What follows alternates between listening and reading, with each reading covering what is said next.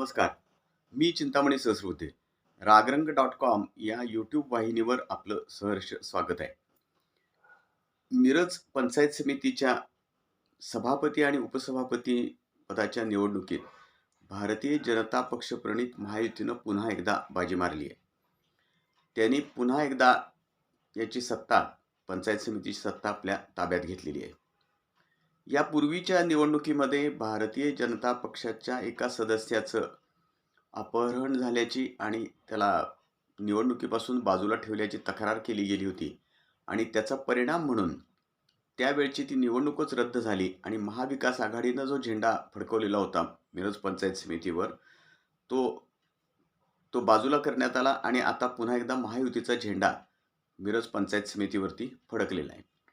विशेष म्हणजे ज्या उमेदवार पराभूत झाल्या त्या भाजपच्या मागच्या निवडणुकीत त्याच पुन्हा आता सभापती झाल्या आहेत आणि ज्या मागच्या वेळेस सुद्धा शिवसेनेच्या नेत्या होत्या त्या उपसभापती झाल्या त्याच आता पुन्हा उपसभापती झालेल्या आहेत. या घडामोडीमध्ये सगळ्यात महत्त्वाची गोष्ट जर काय घडली असेल तर मिरजेतले भारतीय जनता पक्षाचे ज्येष्ठ नेते आणि आमदार डॉक्टर सुरेश भाऊ खाडे यांचं नेतृत्व अधिक बळकट झालं असं मानलं जातंय.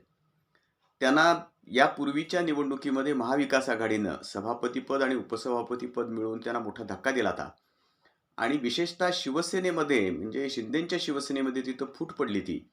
त्यामुळं महायुतीलाच एकूण धक्का बसला होता. तो पुन्हा एकदा महायुती या निवडणुकीच्या निमित्तानं सावरलेली आहे त्यातून.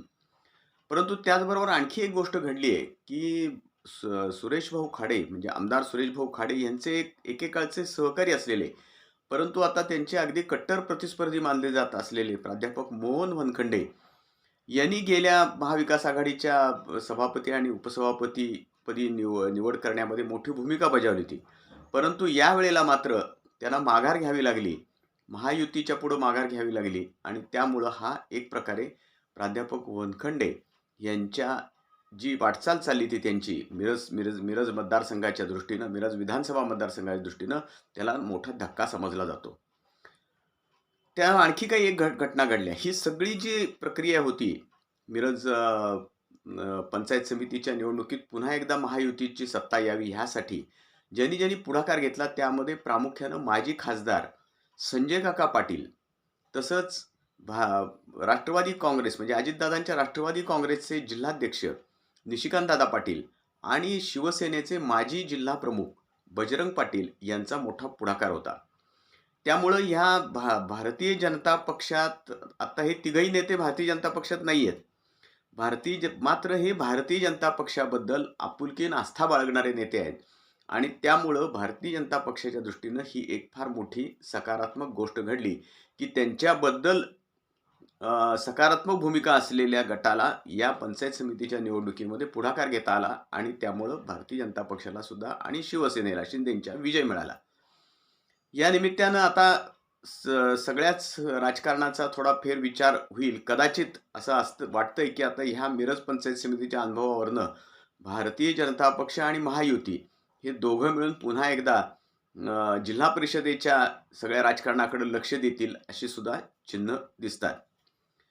या सगळ्या निवडणुकीच्या घडामोडीमध्ये आणखी एक गोष्ट आपल्या लक्षात आली की जशी निशिकांतदादा पाटील हे काहीशी अजितदादा राष्ट्रवादी काँग्रेसचे खरं म्हणजे ते जिल्हाध्यक्ष आहेत, परंतु मधल्या काळात सगळ्याच निर्णय प्रक्रियेपासून ते बाजूला राहिले ते किंवा त्यांना बाजूला ठेवलं गेलं होतं कारण ते भारतीय जनता पक्षाबद्दल आस्था बाळगतात किंवा भारतीय जनता पक्षाबद्दल त्यांना अधिक आपुलकी आहे असा एक समज आहे आणि तो खराही आहे कारण ते पूर्वी भारतीय जनता पक्षामध्येच होते.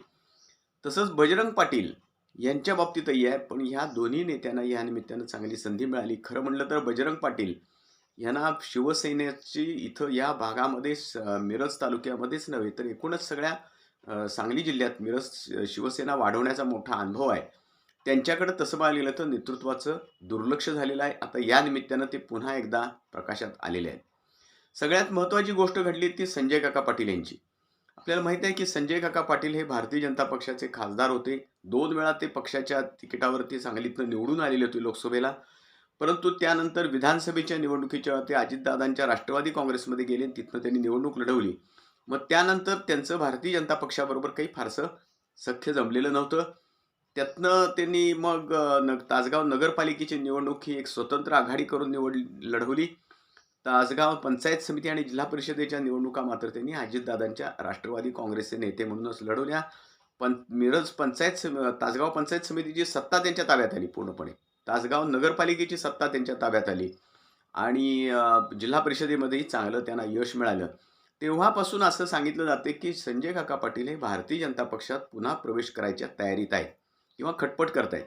परंतु त्यांना वेगवेगळ्या तारखा दिल्या जात आहेत. मध्यंतरी गेल्या महिन्यातच तारीख ठरली ती, परंतु ती पुढं गेली असं सांगितलं गेलं.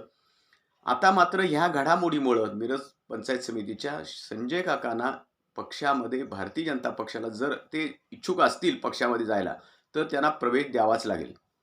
कारण संजय काकांनी 3 वेळा भारतीय जनता पक्षाला मदत केली असं आपल्याला दिसेल. एक तर म्हणजे त्यांनी याच्या स्थानिक स्वराज्य संस्थेच्या निवडणुकीत, सांगली सातारा स्थानिक स्वराज्य संस्थेच्या निवडणुकीत भारतीय जनता पक्षाच्या उमेदवाराला मदत केली. जिल्हा परिषदेच्या निवडणुकीमध्ये महायुतीला यश मिळालं नाही. परंतु संजय काका महायुतीच्या बरोबर राहिले. त्याकरता त्यांना महाविकास आघाडीच्या नेत्यांबरोबर दुरावासुद्धा सहन करावा लागला. त्यांची टीका पण त्यांना सहन करावी लागली. पण काका भारतीय जनता पक्षाबरोबर राहिले आणि आता ही तिसरी खेप आहे, की काका पुन्हा एकदा भारतीय जनता पक्षाच्या पाठीशी उभे राहिलेले आहेत. त्यामुळं आता संजय काकांचा हा जो प्रवेश आहे भारतीय जनता पक्षातला, तो पक्षाच्या नेत्यांना फारसा लांबवता येणार नाही. हे निश्चित आहे, की संजय काकांना पक्षात घ्यावं असं म्हणणारा एक मोठा वर्ग सांगली जिल्ह्यातल्या भारतीय जनता पक्षात आहे.